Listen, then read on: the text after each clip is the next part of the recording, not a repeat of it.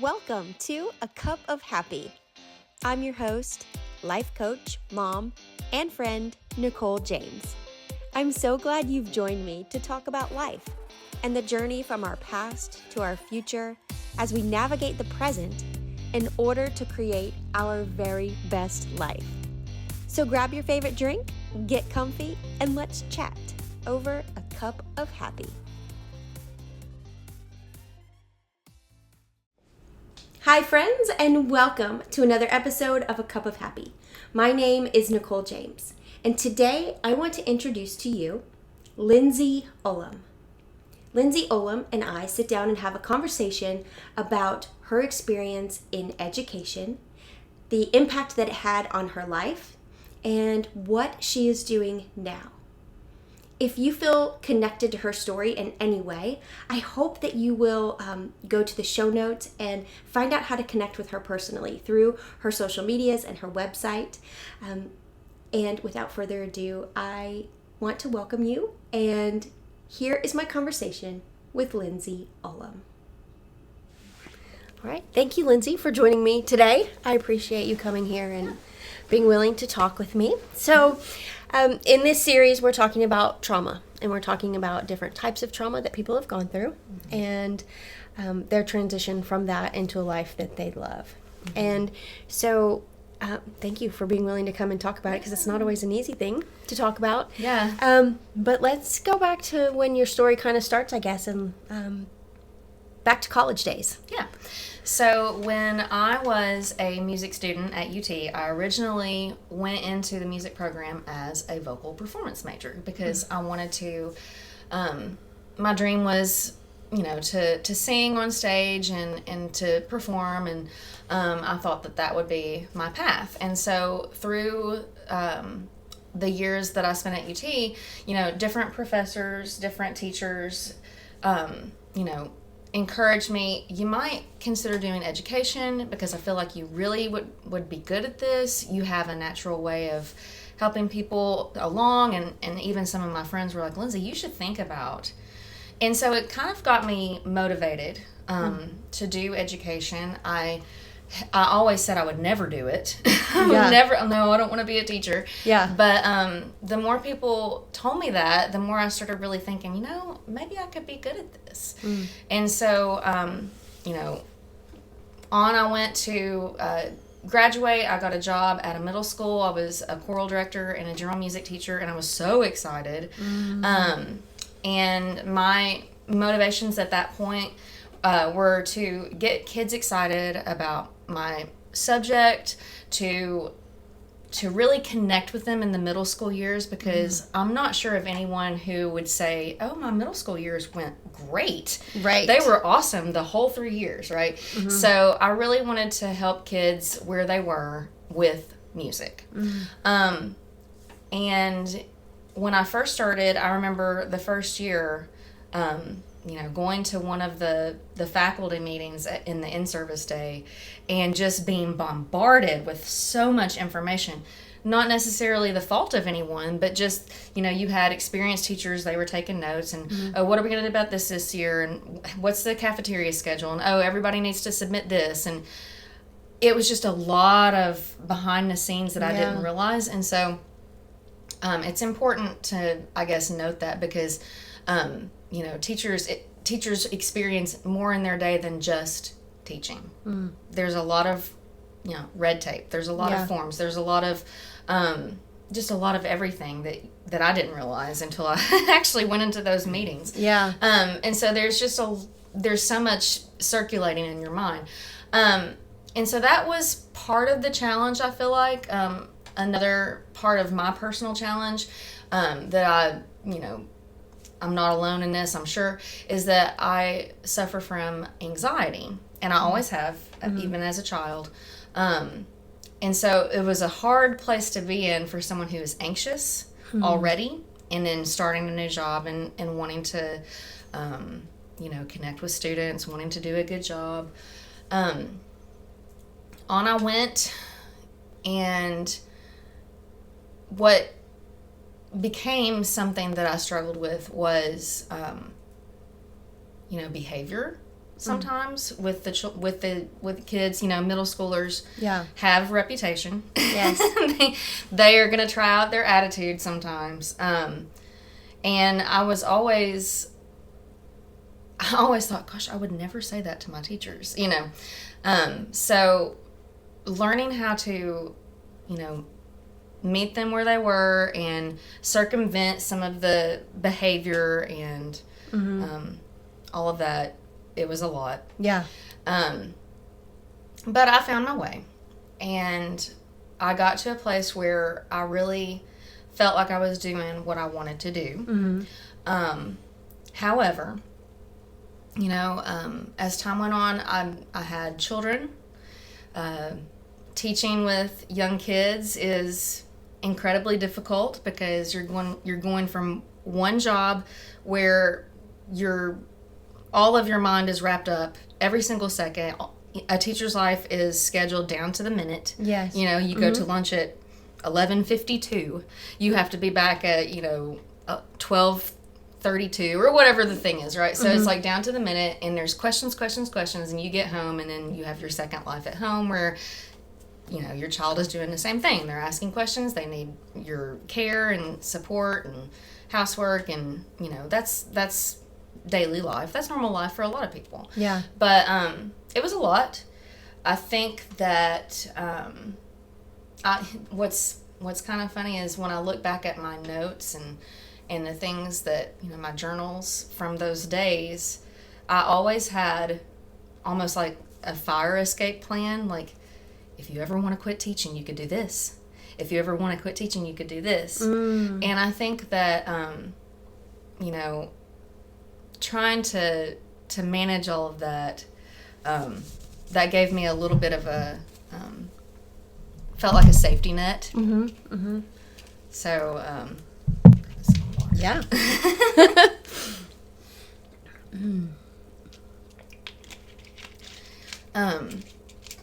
Another, speaking of teaching in general, other challenges, there's challenges with funding. I was always a little nervous about my position. Would it get cut? Because each year the county goes through and you have to validate. Yeah. The administrators basically have to validate with school population and other factors their staff numbers.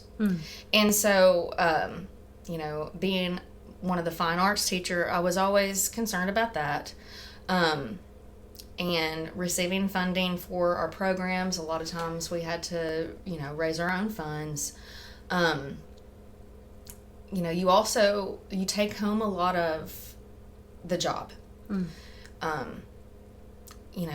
Grading papers is an easy example, but also there could be just the concern you have for your students. Concerns for that child that doesn't have any friends, or concerns for a home life that is not great. There were cases where students came to me and it was a serious thing, and we would need to find a counselor that day before they went home to make sure they had a safety plan. And it's a lot to think about these kids that are hurting, and then you take that home and you worry yourself. I hope that when I see them on Monday, everything's okay. Everything's okay. I hope they come to school on Monday. So, and just worrying, like, did I do the right thing? Did I say enough? Did I say the right thing? Did I do enough for this child? It can tax you. Yeah. And in education, especially now, there's a lot of emphasis on, being there for the individual student, teaching the individual student, which is a great idea and is good. That's a good practice. Except that, reality is that class sizes are growing by the year. Some schools are busting at the seams. They have so many kids packed into a classroom with one teacher. Yeah. And, my subject matter, I taught basically all levels. Okay. It was an all-inclusion classroom because I was a fine arts teacher. So that meant that I had everyone from the top of, the honors kids, advanced kids, all the way down to kids that were not on that reading level of that grade. And then everything in between. Some kids, it would be behavior issues, and they had a behavior plan. Some kids, but if you have all of them in one room, it's almost impossible to teach to each individual child, because it's like whack-a-mole. Yeah. And that's constant. So just managing that stress daily, I think it began to erode me. It kind of wore me down. Yeah. Also, I think another thing that lent itself to my burnout, and that's what it was just burnout, was that anything extracurricular, it's not paid.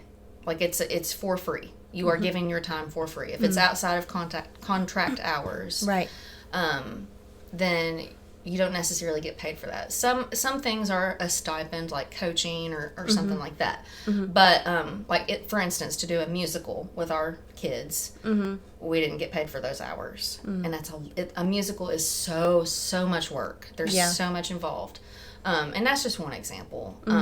We also had a group that were audition singers, like kids that wanted extra music in their life, and it was a joy for us to do that. But at the same time, you have to recognize that it is your time and you're not getting paid. And all of this becomes like this sort of silent, in the background, subconscious thing of, I'm not respected. I'm not feeling respected because of how the environment is for teachers. And some of it could be building level. You might get an administrator who is really micromanager. You might get an administrator that's completely the opposite. A lot of it comes from even above them, state mandates and that sort of thing. So it's a structural problem, I feel like, for teachers. But it can feel very like, you're walking out, you're completely depleted and exhausted every single day, and then you go home to your own kids, you have nothing left for them. And that wasn't a good feeling either. Yeah. So, when, every year, like I said, I had kept little, notes, maybe your dream is to go be a masseuse, or maybe your dream is to blah, blah, blah, And I would just sort of, think of these things when times got challenging. But when it really got my attention that something needed to change for me was, I remember I was in a classroom. It was, this particular group of kids was a challenging class. And that it was just the kind of the luck of the draw of how that, I just ended up with a classroom of a lot of students that their interest was not my subject, and they were just kind of a little bit,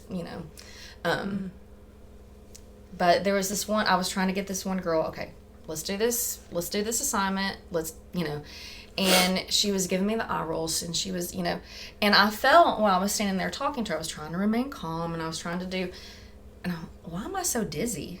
I feel super dizzy when I was talking to the student. And I had felt that a couple times that week, and so I was like, I feel like I need to go check in with our nurse. And so he took my my blood pressure, and he's like, your blood pressure is pretty high. He said, it's not go to the hospital high, but it's high.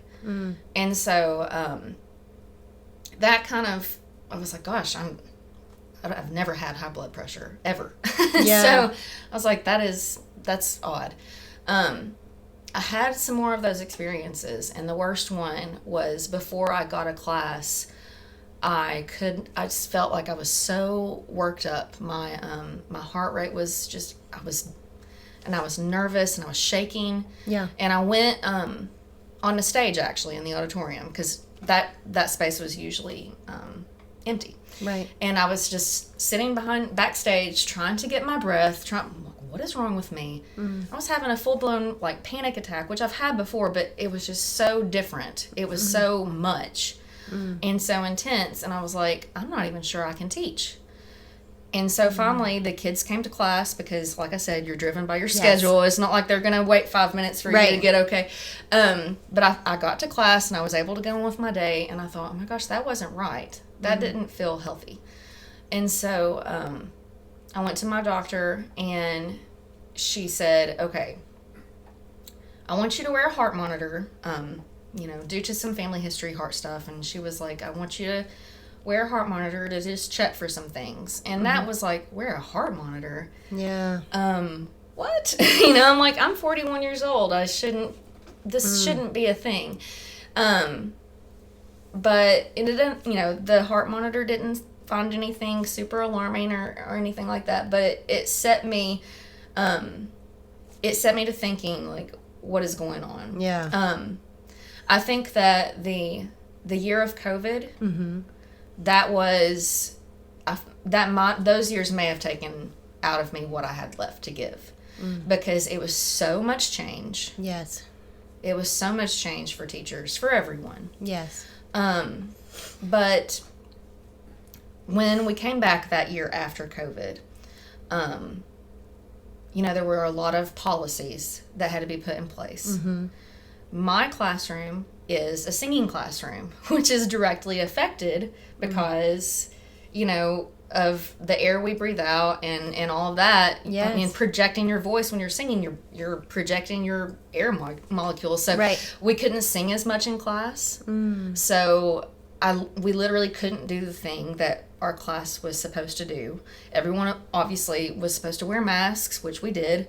And then policing that. Yeah. So it's hard to police things that people don't want to do. And it's hard to, follow in all of those things. I switched from my classroom to the band room, and the band teacher switched the auditorium so that we could space out our kids so that we could at least play some music or sing some music for like 20 minutes a class period. But then the other time we had to like do written work or do some sort of other project. And it was, creatively, it was a lot. Yes. I tried to get really creative because I really wanted to be there for those kids. I really wanted to still have something to offer for them. I felt like that was important. We had all just gone through a super traumatizing school year and, time as a country. Right. And so I wanted to show up for these kids, and I wanted them to be excited. And so pouring your heart into trying all these new things and watching some of them succeed, but some of them fail. It was hard.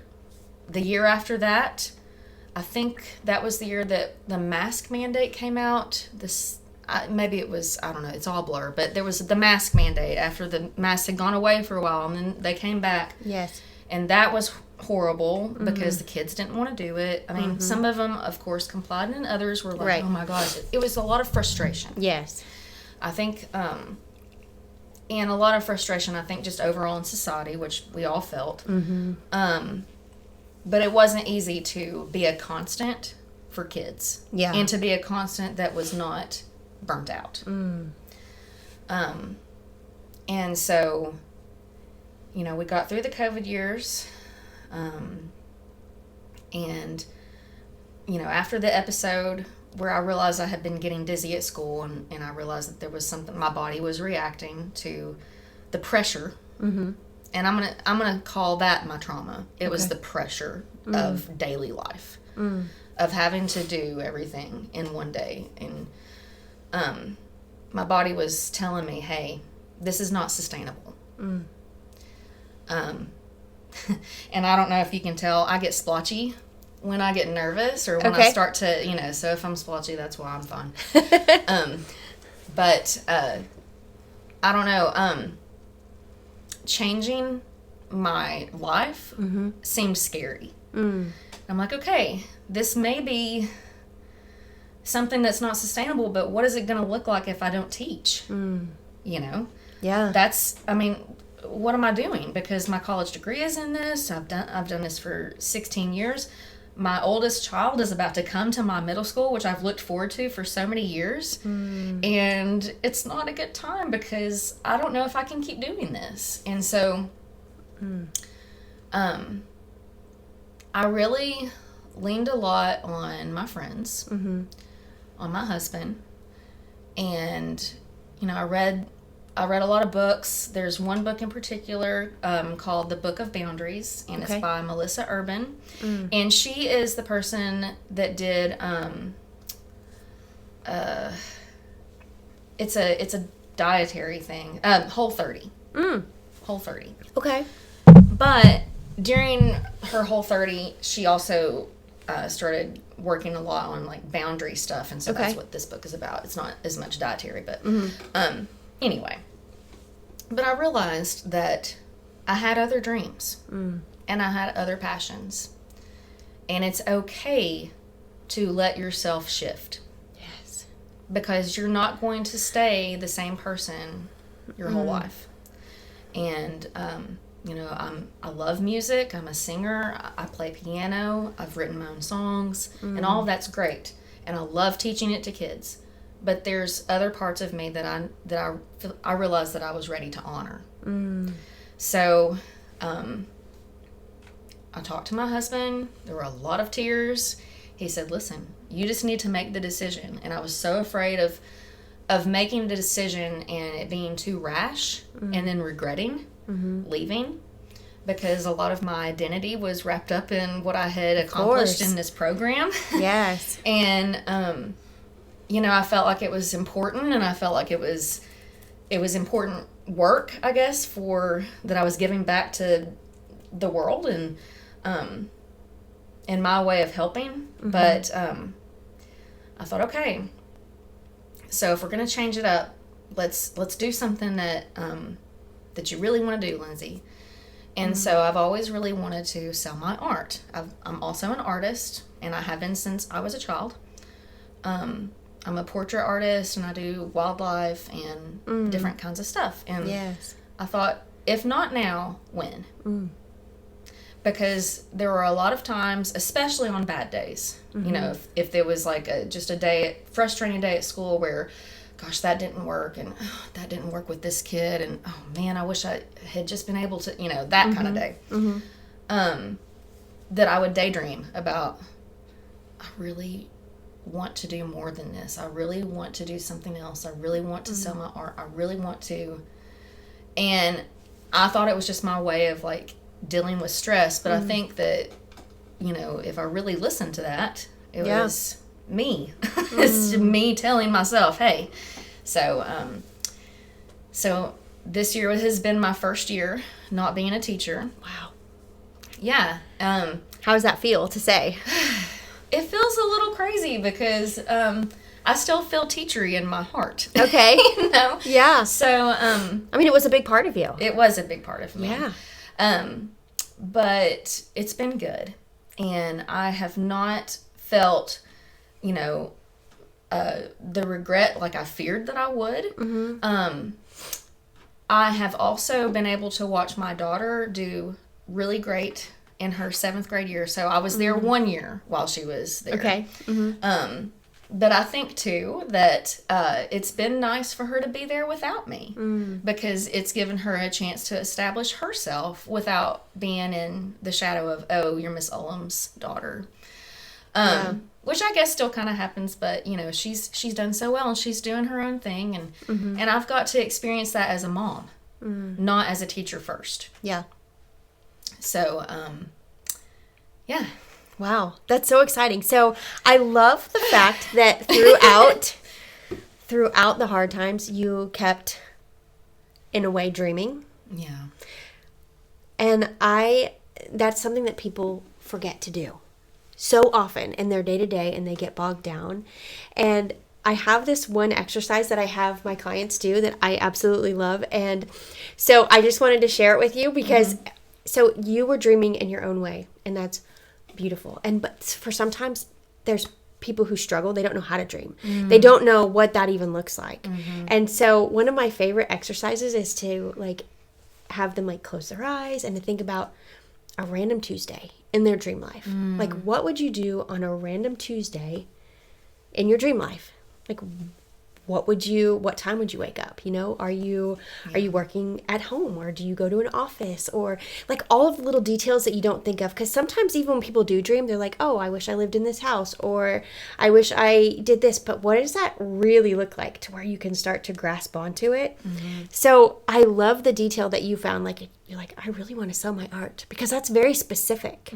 That's so specific to think, man, I'm an artist and I want to sell this. And so I think it's so beautiful that you were able to, amidst all of the anxiety and the day-to-day, like, you kept holding on to that, like, even if you didn't know what that was going to mean later on. And that is so beautiful. Thank you. So what was the main pieces that when you made that shift and you're like, okay, this is what I'm going to do, like, you and your husband, you talked and you worked it out, and you're like, this is what's going to be best, and this is what I want to do. What other resources? Was there anything in particular that helps you through that transition, or is helping you still? Yeah, so I'm a big believer in therapy. Okay, yes. And so I think that definitely helped keep me grounded in that process, because I was able to go through to a trusted individual and talk out, how I was feeling about things and different scenarios, and okay, here's some steps that we can try, or that I can try whenever, if these feelings arise of sadness or angst or whatever the thing is. And so that definitely was a big help. Yes. And also, I think just, especially when I first made my decision, I guarded it a little bit. I didn't tell a lot of people until I was ready to, like, face it to the world. And so I think readiness is a big part of a big change, like, and sharing that with others. And so it was actually a really beautiful last year for me of teaching, because we were doing one of my favorite musicals, which is Newsies. We had I love that the musical. sweetest I love that musical so much. We had the sweetest cast. The kids were just so great. They were such good little actors and singers and dancers, and everything was wonderful, because the music, at least at our school, we always did it in the springtime. So it was kind of like wrapping up the year, and I did end up telling those children, all right, guys, and they were great. I told them before the musical actually happened, because I didn't want to, like, blindside them afterwards, like, hey, we did a great performance, I'm not going to be here next year, I just sat down with them after a rehearsal one day, and I told them, and they were just looking at me like, oh my gosh, and I was like, guys, I love you very much, I love every single one of you, I tell you that every day, but mental health is important. And if there's one thing that this generation coming up has an understanding of, they understand mental health. Yes. Thank goodness.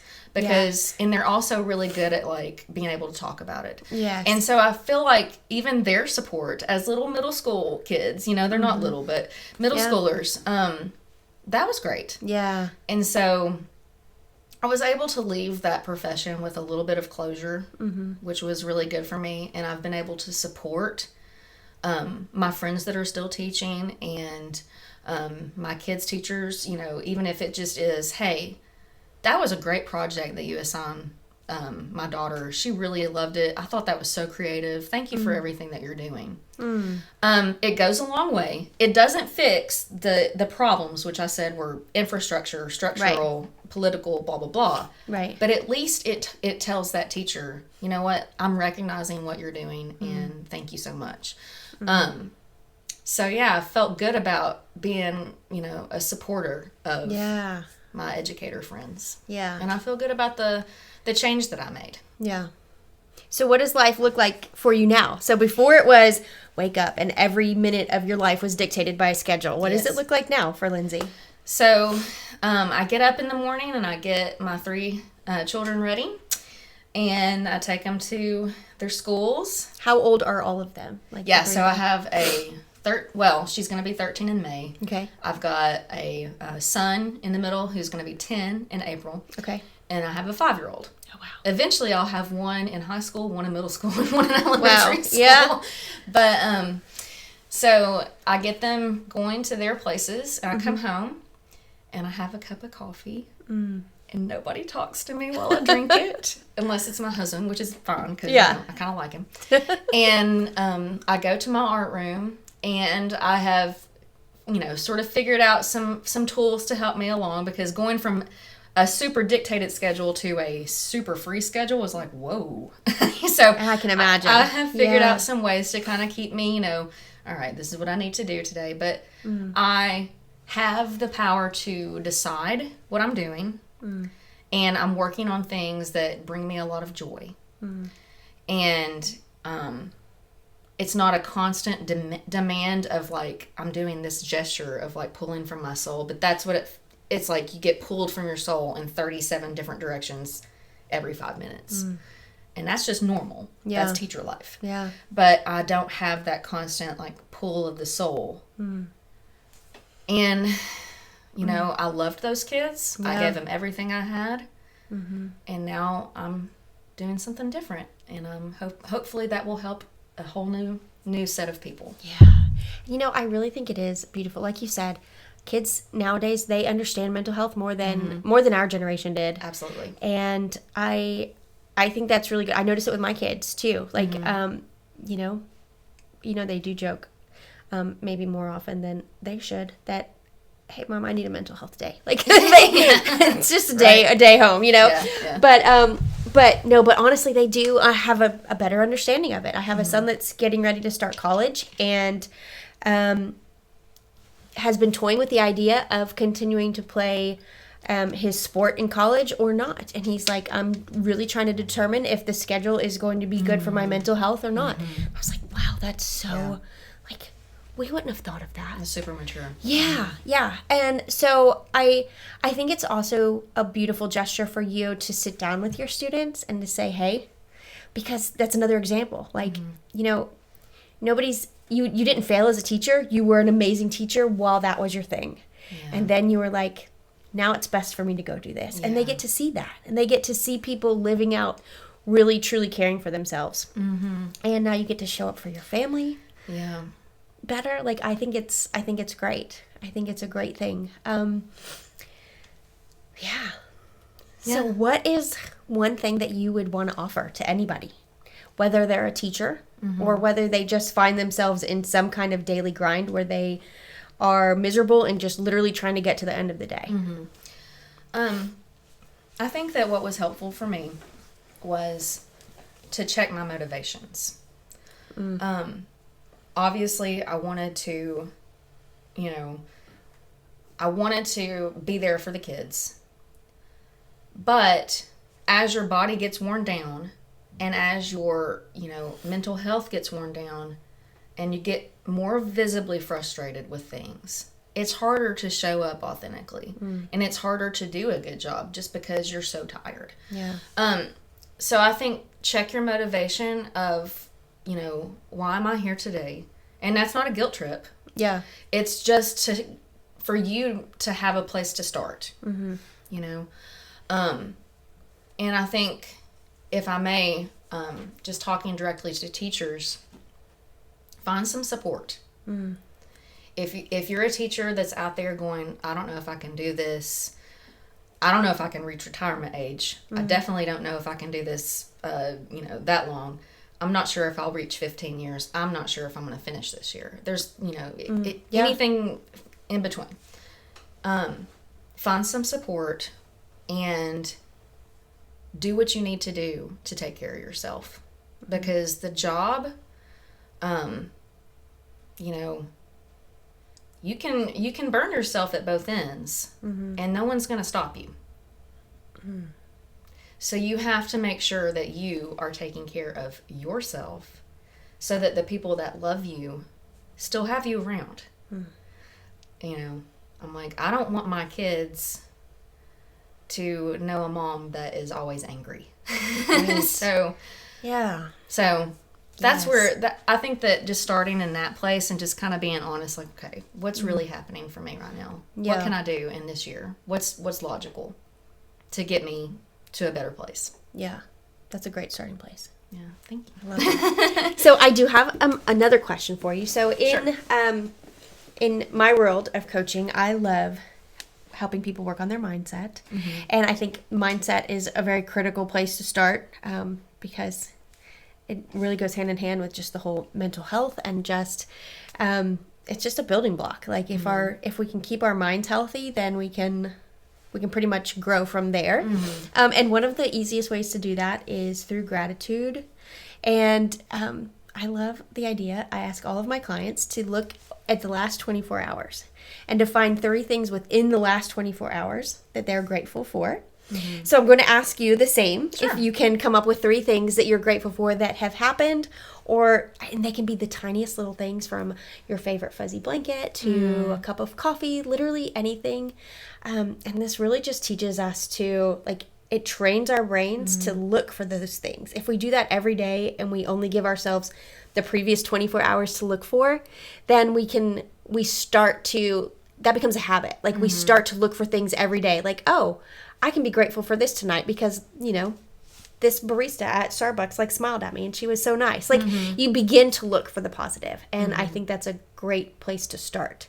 So with that, 3 things within the last 24 hours. Sure. So yesterday my daughter had a winter guard competition, and so we took the other 2 kids to that, and we got to watch Big Sister perform with her friends and her team. So that's fun. Yeah, and they did a great job.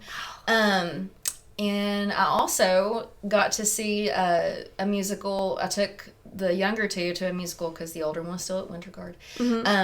At a local school that I'm really good friends with the music teacher there. Okay. And so it was her show, and so I got to go support her. And then I think the 3rd thing that comes to mind quickly is that, I'm dropping off 2 sold things today. So I did awesome. One this morning, and I'm going to do one later this evening. Nice. And it's really nice to see people get happy when they get my art. Yes, yes. And that leads perfectly into tell people about your art. Sure.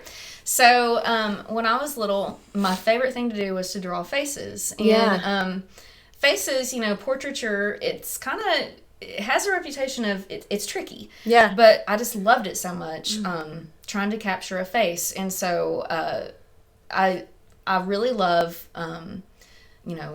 doing portraiture work. I also am a big, I'm kind of a hippie at heart. And I love wildlife and animals. One of my friends says, Lyndsey loves a critter. I do love a critter. And so I love painting animals, especially those that are native to the Tennessee region. Okay. Because they, when I have shows or people see my work, I'm always impressed with the memories or the stories that come out of people when they see a piece. For instance, the first bluegill that I sold was to this young guy, this youngster in college. I feel old. This young guy, and he's like, this reminds me of when I was fishing with my grandfather. And I thought, ooh, there's really something there. Yeah.